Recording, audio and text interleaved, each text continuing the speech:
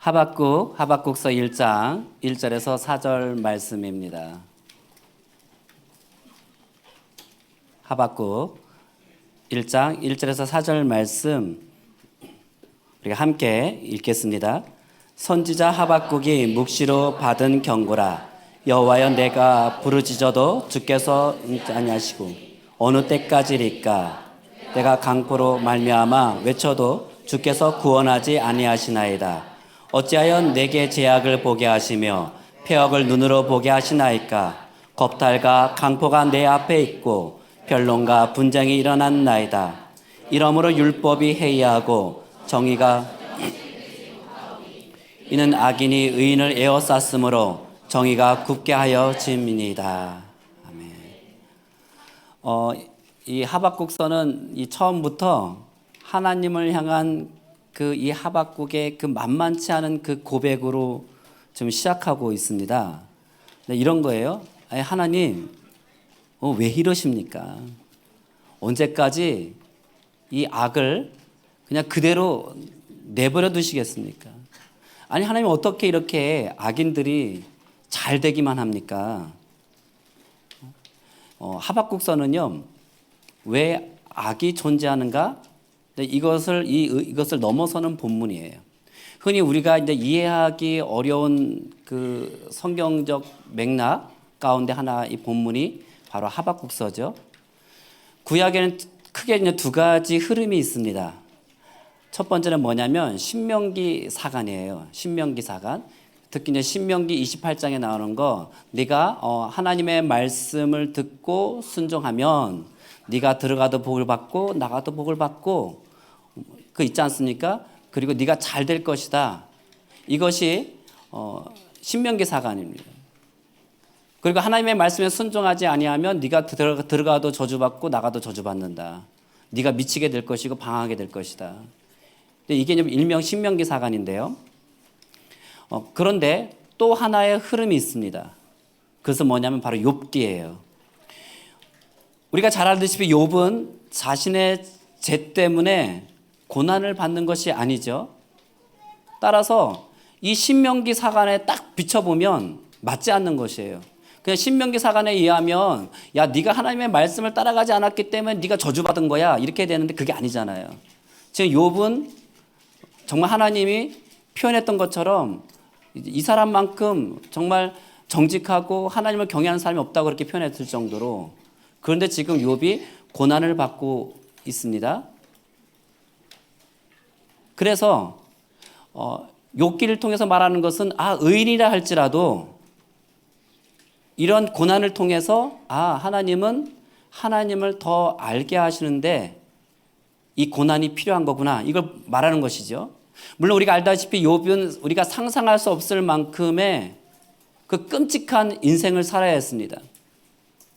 지금 하박국도 그 동일한 고백을 하고 있는 것이에요. 물론 이 하박국 시대에 그 이스라엘은 하나님 앞에 범죄했습니다. 하나님을 떠나고 또 하나님의 말씀을 무시하고 우상을 따라갔죠. 지금 하박국도 지금 그 얘기를 하고 있는 것이에요. 하나님 맞습니다. 정말 이스라엘이 우리 백성이 잘못한 거 맞습니다. 죄를 지은 거 맞습니다. 그런데 하박국의 쭉 내용을 보면 어떤 내용이냐면, 그런데 왜 하필 꼭 우리가 저런 악한 자들에게 오히려 심판을 받아야 합니까?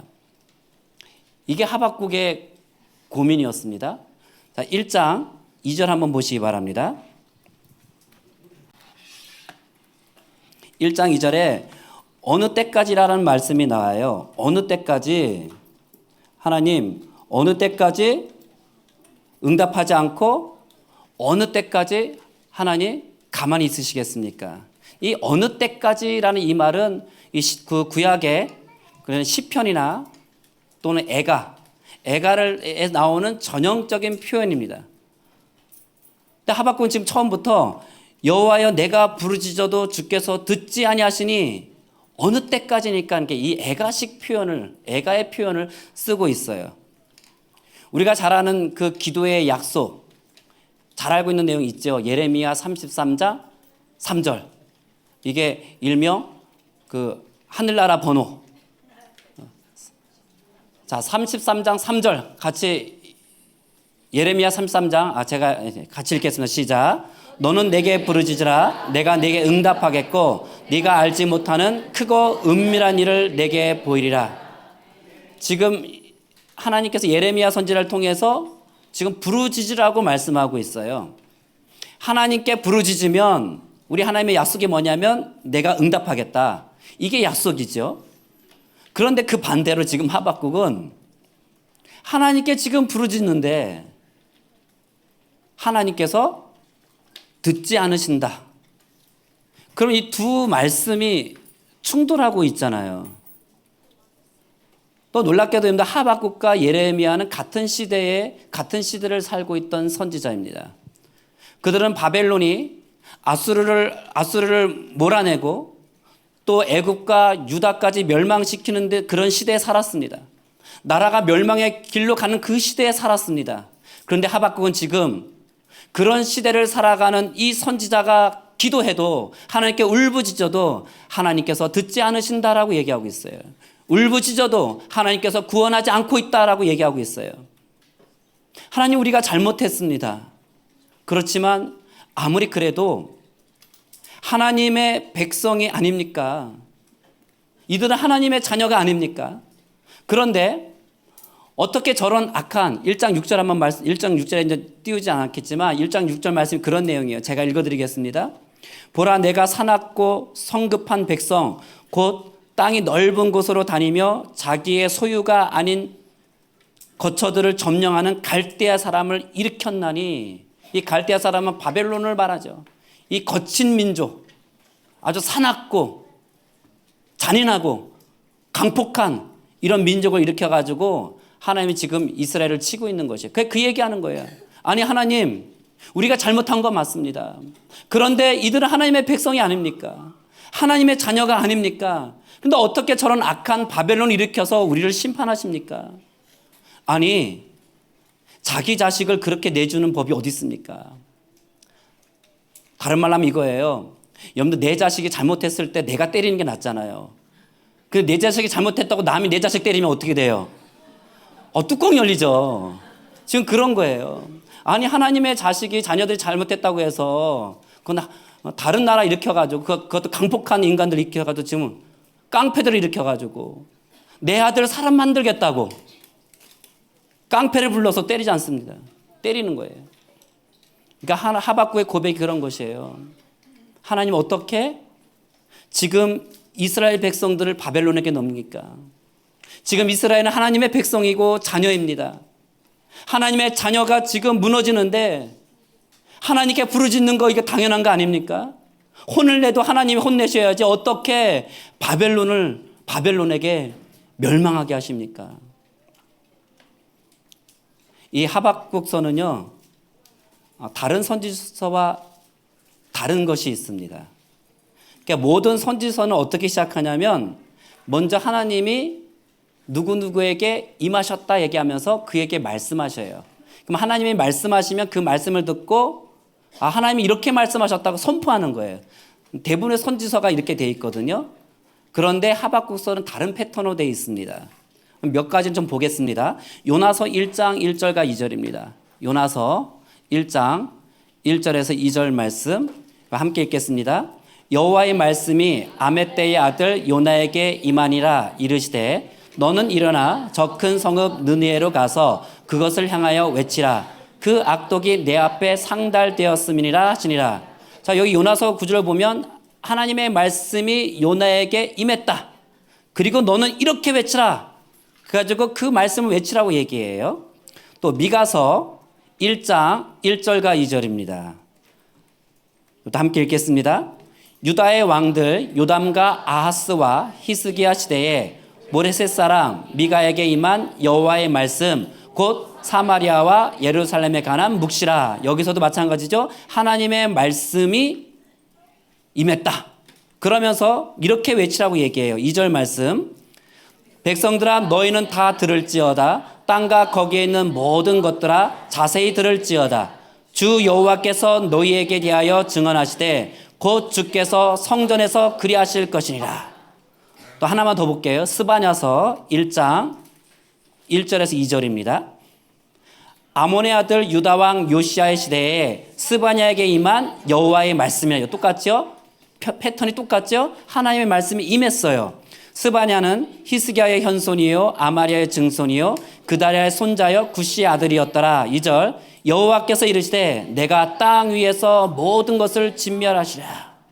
이렇게 패턴이 똑같습니다. 하나님께서 어떤 선지자에게 임하셔서 말씀하시고 그리고 이렇게 말씀을 선포하라 라는 식으로 대부분 1장 1절과 2절 이런 식으로 나가요. 그런데 하박국서는 다르게 시작합니다. 1절 말씀 보세요. 하박국 1장 1절 1절에 보면 선지자 하박국이 묵시로 받은 경고라. 이 묵시라라는 얘기는 보다라는 의미예요. 하나님을 보거나 아니면 하나님이 보여주시는 환상을 말하는 것이죠. 그리고 이제 경고라고 그랬잖아요. 묵시로 받은 경고다. 이 경고라는 것은 다른 말로 말씀이에요. 말씀. 그러니까 하나님이 경고하셨다라는 그 의미보다는 하나님이 말씀하셨다. 하나님이 이 하박국 선지자를 통해서 하나님이 보여주신 말씀이라는 뜻이에요. 근데 2절에 우리가 다른 선지서는 하나님이 선지자에게 말씀하시고 2절에서는 하나님의 말씀이 딱 선포돼요. 근데 하박국서는 다르게 시작합니다. 2절 여호와여 내가 부르짖어도 주께서 듣지 아니하시니 어느 때까지리까 내가 강포로 말미암아 외쳐도 주께서 구원하지 아니하시나이다. 이 차이점 아시겠어요?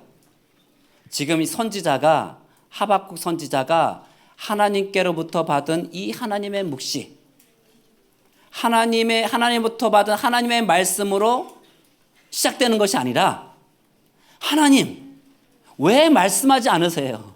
이거예요. 아니 하나님 왜 응답하지 않으세요? 하나님 왜 구원하지 않으세요? 지금 이렇게 시작하고 있는 것이에요. 지금 내게 하나님의 말씀이 안 들려요. 하나님이 내 기도에 응답하지 않으세요. 지금 하나님이 내 삶 가운데 역사하시는 것이 없어요. 이럴 때 흔히 이렇게 말하죠. 하나님이 안 계셔.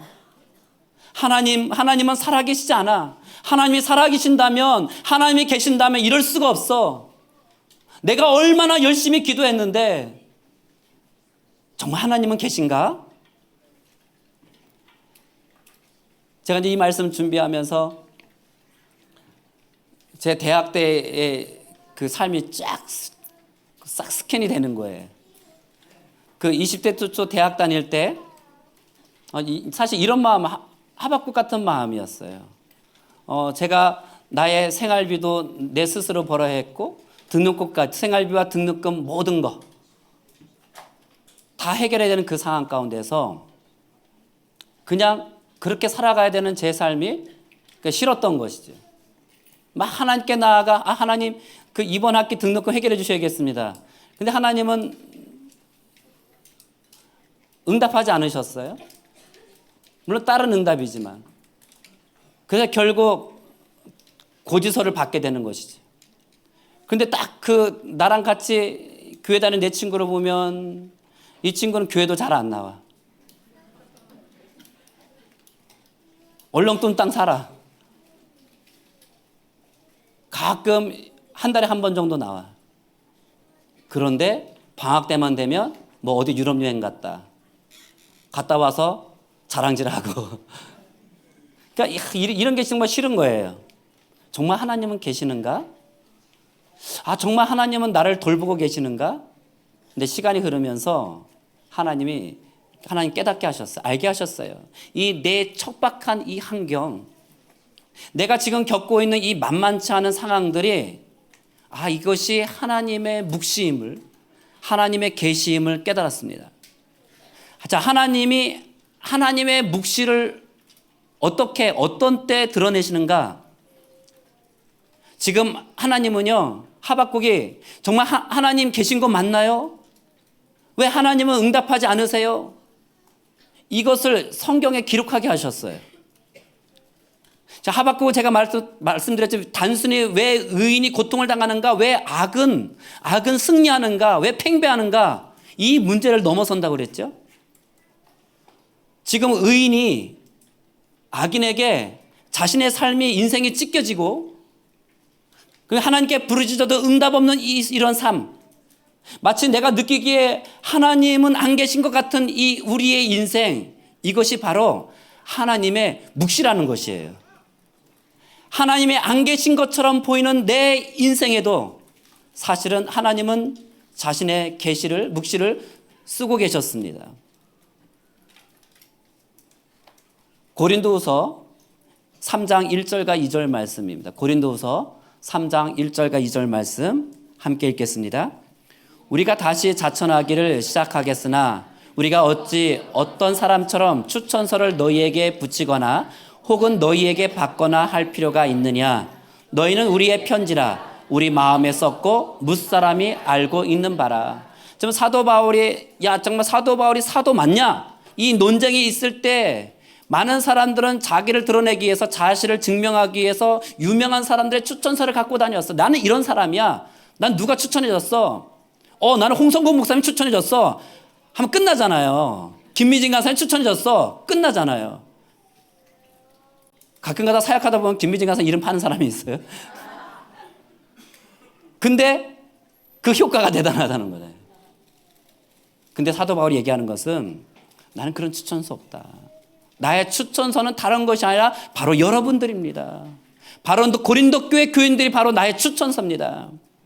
정말 이 척박한 환경 속에서도, 만만치 않은 환경 속에서도 믿음을 지켜나가고 하나님의 나라를 위해서 살아가고 있는 바로 고린도 교회 당신들이 나의 추천서입니다. 지금 이 얘기를 하고 있는 것이에요. 바로 여러분들은 우리의 편지입니다. 여러분들은 그리스도의 향기입니다. 이 얘기하는 거예요. 하나님은 지금 선지자를 통해서 하나님의 말씀을 나타내기도 하지만요, 정말 하나님의 편지요, 하나님의 향기로 살아가는 그런 사람들의 삶을 통해서 하나님 자신을, 이 묵시로 하나님 자신을 보여주는 것이에요. 바로 하박국서가 그런 내용입니다. 지금 하나님은 하박국의 이 울부짖음, 또 고난, 더 나아가서 이 유다의 멸망까지 모두 하나님의 묵시로 쓰고 있는 것이에요. 때로는 청년들이 남자친구가 생기고 또 결혼도 하고 아니면 직장에서 잘 정말 인정받고 또 사업도 잘 되면 나는 축복받았다가 하고, 여전히 형제도 없고 나이는 차고 결혼은 못하고 어떻게 된 게 고난받는 일만 일어나. 그러면 나는 저주받았네? 이런 식의 논리는 펴지 마십시오. 하나님은요, 우리 모든 하나님의 자녀들 가운데 정말 그리스도의 향기요, 또 그리스도의 편지를 쓰시는데 그 묵시의 방법이 다 각각 다릅니다. 예수님 우리에게 말씀하신 것처럼 너희는 세상의 소금이다.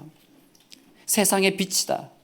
정말 세상에 나가서 그리스도의 향기와 편지를 전하고 정말 하나님이 살아계신 것, 그리고 이 성경 말씀이 진리임을 우리의 삶을 통해서 드러내는 삶을 살아가기를 원하시는 것이에요. 그것이 바로 세상을 향한 우리 하나님의 경고이자 묵시라는 것이에요. 그러면 어떻게 살아야 되는가? 비록 내가 지금 어렵게 살아가더라도,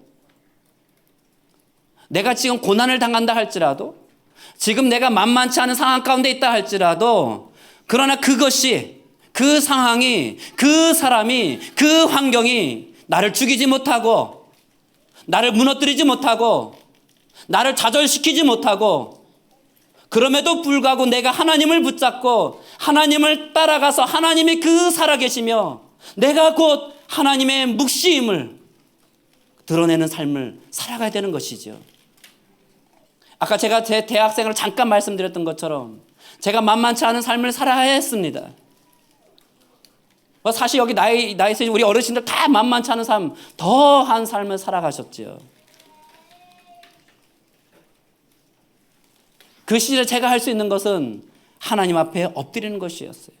낮엔 공부하고 밤에는 밤을 새서 아르바이트로 방범을 하면서 그렇게 제가 대학 4년을 살아야 됐어요. 그러나 저는 알았어요. 하나님이 제 삶을 이끌어 가신 걸 알았죠. 그런 삶을 살아가는 거, 내 삶을 저주하지 않았습니다. 주저하지 않았습니다. 오히려 더 악착같이 살아야 했어요. 오히려 더 주님을 찾았죠. 오히려 더 주님을 갈망했습니다. 바로 그것이 우리 하나님이 내 삶에 쓸고 있는 하나님의 묵시였습니다. 세상 사람들이 이렇게 말할 때가 있죠. 야, 너는 뭐 그렇게 교회에 이렇게 다녀 나가도 1년 전이나 지금이나 똑같네. 근데 아셔야 돼요. 똑같지 않습니다. 상황은 같을지 몰라도, 내 상황은 변하지 않았을지 몰라도, 여전히 삶이 팍팍하고 어려울지 몰라도, 그러나 내 속에 있는 속사람은 바뀌었습니다. 하나님을 붙잡는 것이 바뀌었고, 내 안에 가장 귀한 그 주님을 더 알게 되었다는 것이 바뀐 것이죠. 어떻게 저 사람은 저런 상황 속에서도 저렇게 기뻐할 수 있을까? 어떻게 저런 인생을 살아갈 수 있지? 아, 나 같으면 포기했을 텐데, 나 같으면 좌절했을 텐데, 나 같으면 슬픔 가운데 살아갔을 텐데, 저 사람은 왜 포기하지 않지? 도대체 저 사람이 붙들고 있는 주님은 누구신가? 바로 여러분, 이것이 하박국이 말한 묵시입니다. 야곱이 요셉을 만나고 그리고 바로왕 앞에 섰을 때 그 고백 우리가 알지 않습니까? 창세기 47장 9절입니다. 창세기 47장 9절 함께 읽겠습니다. 야곱이 바로에게 아뢰되 내 나그네의 길의 세월이 130년이다. 내 나이가 얼마 못되니 우리 조상의 나그네 길에 연주에 미치지 못하나 험악한 세월을 보내었나이다. 사진 하나 띄워주시겠어요? 이게 야곱의 얼굴입니다. 여기에는 10대가 있고 20대가 있죠. 우리가 보기에 얼마나 예뻐요. 그렇죠? 제가 어느 날 그랬어요. 나 요즘 애들 볼 때마다 너무 예뻐. 나이가 들었네 그러더라고요. 이 10대들, 저기는 20대들, 미안해 30대도 포함해서 얼마나 예뻐요. 근데 10대, 20대, 30대의 아름다움도 있지만 그런가 하면 저 사진처럼 강한 풍랑 속에서도 정말 삶을 버티며 살아간 노인의 얼굴은 더 아름답습니다. 험악한 세월을 살아간 그 야곱의 얼굴은 더 아름다운 거예요. 하나님께서 성공하게 해주고 또 돈을 벌게 해주고 뭔가 잘 되게 해주면 우리 하나님은 살아계신다 하고, 그것만이 하나님께 영광이 된다고 생각하시면 착각입니다. 여러분들 일이 안 풀리고요, 또 실패하고 또 병이 들고 또 어쩌면 병상에서 평생을 살다 가면 그건 하나님의 영광을 가리는 것일까요? 어떤 상황 속에서도요, 정말 포기하지 않고 주저앉지 않고 믿음으로 살아가는 거, 바로 그게 하나님의 영광이고 그게 하나님의 묵시입니다. 하박국의 노래가 그런 거예요. 하나님 언제까지 응답하지 않으십니까?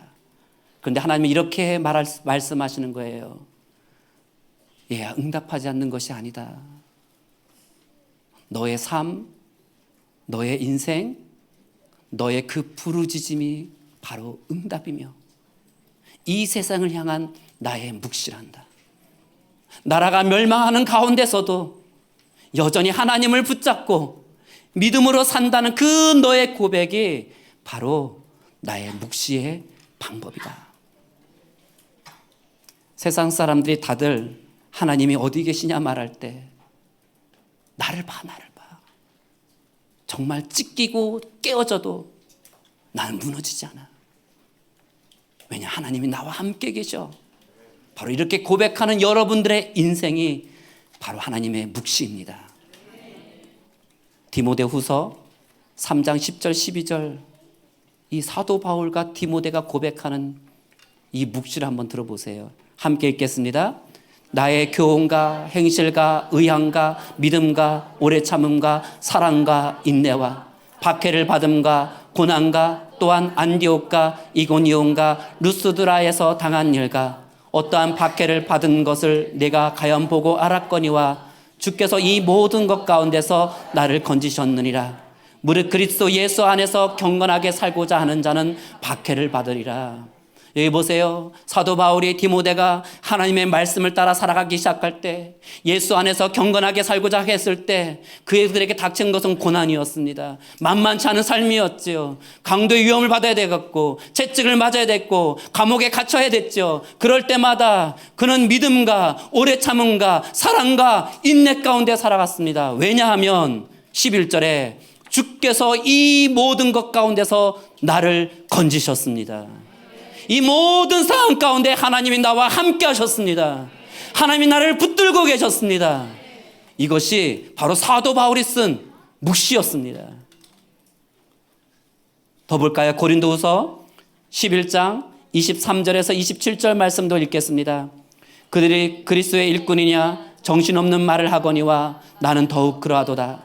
내가 수고를 넘치도록 하고 옥에 갇히기도 더 많이 하고 매도 수없이 많고 여러 번 죽을 뻔하였으니 유대인들에게 40에서 하나 감한매를 5번이나 맞았으며 3번 태장으로 맞고 1번 돌로 맞고 3번 파선하고 일주일을 깊은 바다에서 지냈으며 여러 번 여행하면서 강의 위험과 강도의 위험과 동족의 위험과 이방인의 위험과 시내의 위험과 광야의 위험과 바다의 위험과 거짓 형제 중에 위험을 당하고 또 수고하며 애쓰고 여러 번 차지 못하고 줄이며 목마르고 여러 번 굶고 춥고 벌벗었노라.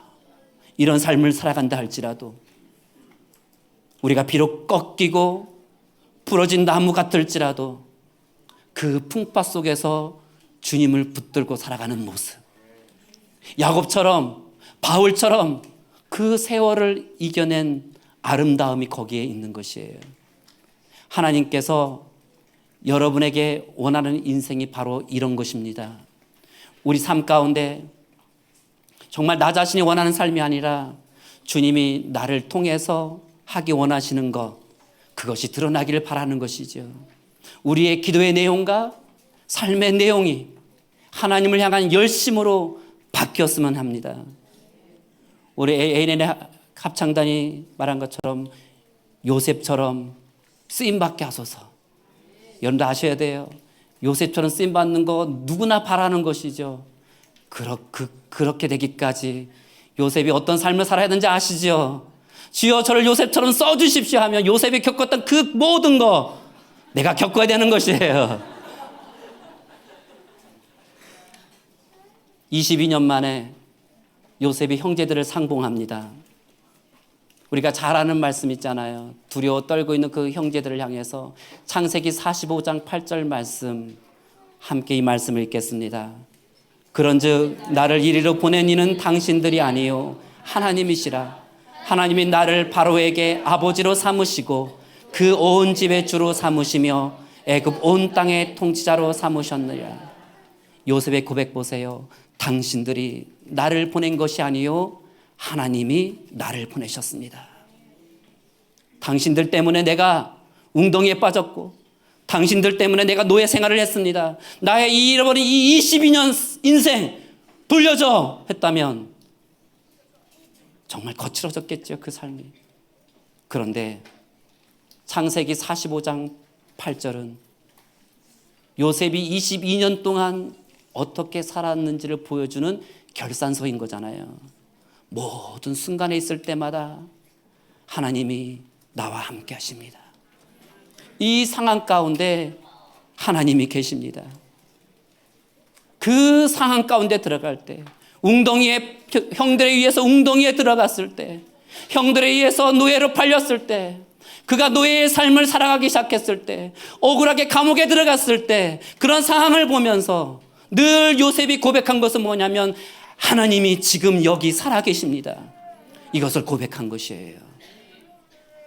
실제로 어려운 상황 가운데 들어가면 많은 사람들이 사람을 보잖아요.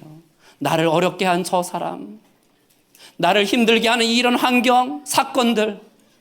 그런데 이런 상황 가운데서도 하나님은 함께 하십니다. 하나님은 살아계십니다. 고백하는 거예요. 이 모든 상황을 하나님이 다스리십니다. 여러분들, 이게 바로 하박국서를 통해서 말하는 하나님의 묵시인 것입니다. 나를 힘들게 하고 나를 괴롭게 하는 사람만 보는 게 아니라 바로 여기에 이 상황 가운데 하나님이 계십니다. 하나님이 다스리십니다. 더 이상 원망하지 말고, 더 이상 사람 보지 말고, 더 이상 환경 보지 말고, 사건 보지 말고 바로 그 위에 계시는 그 하나님을 바라보시기 바랍니다. 바로 여기 계시는 하나님, 모든 것을 다스리시는 그 하나님을 바라보시기 바랍니다. 바로 요셉의 믿음이 그것이었던 것이죠. 시편 31편 15절 말씀 읽겠습니다. 나의 앞날이 주의 손에 있사오니 내 원수들과 나를 핍박하는 자들의 손에서 나를 건져주소서. 여기 보면 이 말씀 보면 두 개의 손이 있습니다. 하나는 주의 손과 하나는 원수의 손이 있습니다. 지금 나를 핍박하고 있습니다. 원수의 악한 계계 때문에 지금 고난당하고 있습니다. 근데 명확하게 저 말씀에서 말한 것은 나의 앞날이 주의 손에 있습니다. 여러분 아시죠? 앞날은 내 삶에 만나는 앞날은 사건 하나하나를 말하는 것이에요.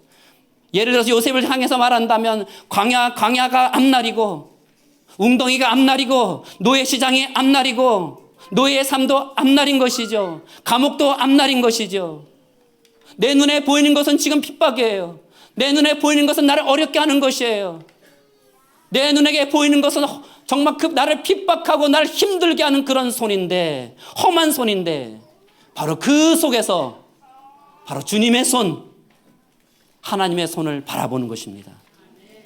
우리가 살다 보면 기쁠 때가 있고 또 슬플 때가 있고 화날 때가 있고 일이 잘 풀릴 때가 있고 어려울 때가 있지요. 내가 기쁠 때는, 일이 잘 될 때는 와 하나님이 일하시고, 내가 슬플 때는, 내 일이 잘 안 될 때는 하나님은 없는가? 그것이 아니라 지금 내가 겪고 있는 이 눈물, 이 아픔, 울부짖음이 있을지라도 그럴 때라도 늘 나와 함께 하시는 그 주님의 손을 바라보시는 것이에요. 주님과 동행하는 그 삶이 나의 인생, 나의 삶으로 드러나는 것이지요. 나의 삶에 내가 하나님을 붙잡는 그 예수의 흔적이 있어야 하는 것이에요. 이것이 바로 나를 통해서 쓰시고자 하는 하나님의 묵시입니다. 바로 이 사실을 깨달은 하박국 선지자가 2장 4절에서 하나님의 말씀을 듣고 외치기 시작하는 것이죠. 우리가 잘 아는 이 유명한 말씀, 오직 의인은 믿음으로 말미암아 살리라.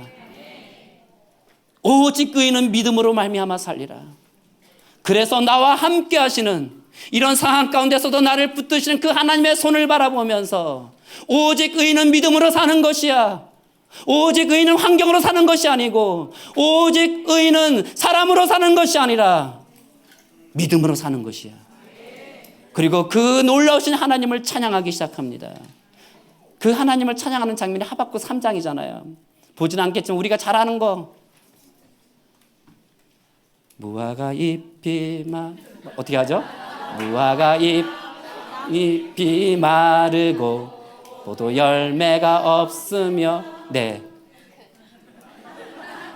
역시 연습할 땐 잘 됐는데.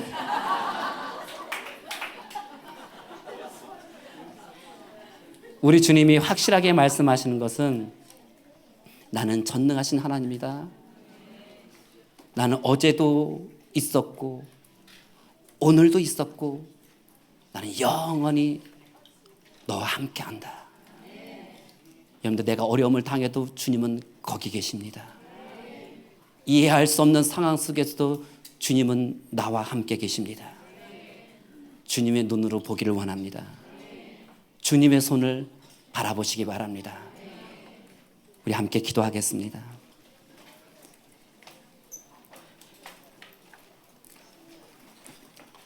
이제 함께 기도할 때 주님, 제가 주님의 손을 바라보겠습니다. 원수의 손을 바라보지 않겠습니다. 나를 어렵게 하는 원수의 손을 바라보지 않겠습니다. 그 환경을 바라보지 않겠습니다. 오히려 그 환경 속에서도 주님, 제가 믿음으로 살아가겠습니다. 오히려 하나님, 어려울지라도 나는 더 하나님을 찾고 더 하나님을 바라보고 더 하나님 앞에 나아가는 삶을 사겠습니다. 내 삶에 이 묵시가 쓰여지게 하여 주시옵소서. 나를 통해서 하나님이 드러나게 해 주시옵시고, 나를 통해서 하나님이 살아계심을 가르쳐 주시옵소서. 나를 통해서 나의 가족과 나의 친구들이 하나님이 살아계심을 알게 하여 주시옵소서. 내가 어떤 상황 속에도 절대로 하나님 아버지 실망하지 않겠습니다. 어떤 환경 속에도 주저앉지 않겠습니다. 하나님의 손을 붙잡겠습니다. 아버지의 손을 바라보겠습니다. 주여 역사하여 주시옵소서. 기도하겠습니다. 주여, 오늘 나오신 아버지 하나님 감사합니다. 놀랍게 하시고 역사하시는 아버지 하나님, 아버지 사람들은 변하여도 아버지 하나님, 나는 주를 섬기리. 내가 번세의 손을 바라보는 것이 아니라 아버지 하나님의 손을 바라보는 것이 아니라 주님의 사랑이 영원히 변하지 않네. 나는 주를 신뢰해. 주여, 내가 주님의 눈으로 바라보겠습니다. 오직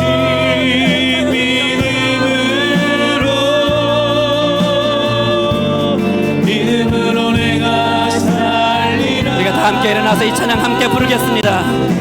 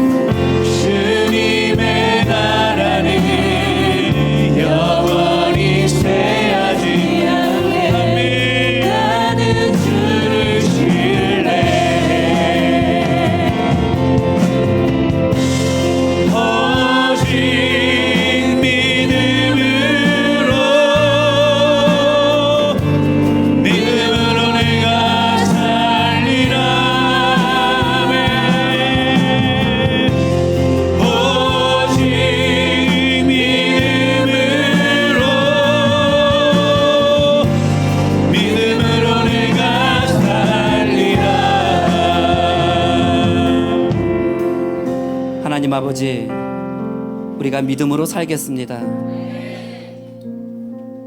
주의 손을 바라보겠습니다. 나를 둘러싼 환경을 바라보지 않고, 원수의 손을 바라보지 않고, 나를 핍박하는 손을 바라보지 않고, 나를 핍박하는 사람을 바라보지 않고, 나를 어렵게 하는 환경을 바라보지 않고, 그 위에서 역사하시는 그 하나님, 나와 함께 하시는 하나님의 손을 바라보겠습니다. 주여, 우리의 믿음 가운데 역사하여 주시옵소서. 우리를 통해서 하나님을 보여주시옵소서. 예수님의 이름으로 기도합니다. 아멘.